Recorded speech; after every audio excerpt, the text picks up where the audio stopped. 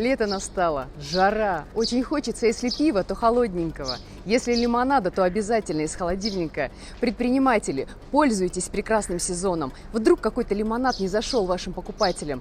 Стоит на складе, никому не нужный. Вытаскиваете его в холодильник, выставляете на уровне глаз. Уйдет моментально. Точно так же и пиво. Вдруг сроки поджимают, жара ускорит продажу. Если нет места в холодильных витринах, можно на ночь выкладывать сверху, в морозильные камеры, а утром доставать. Долго напиток будет прохладным. Отличных вам продаж!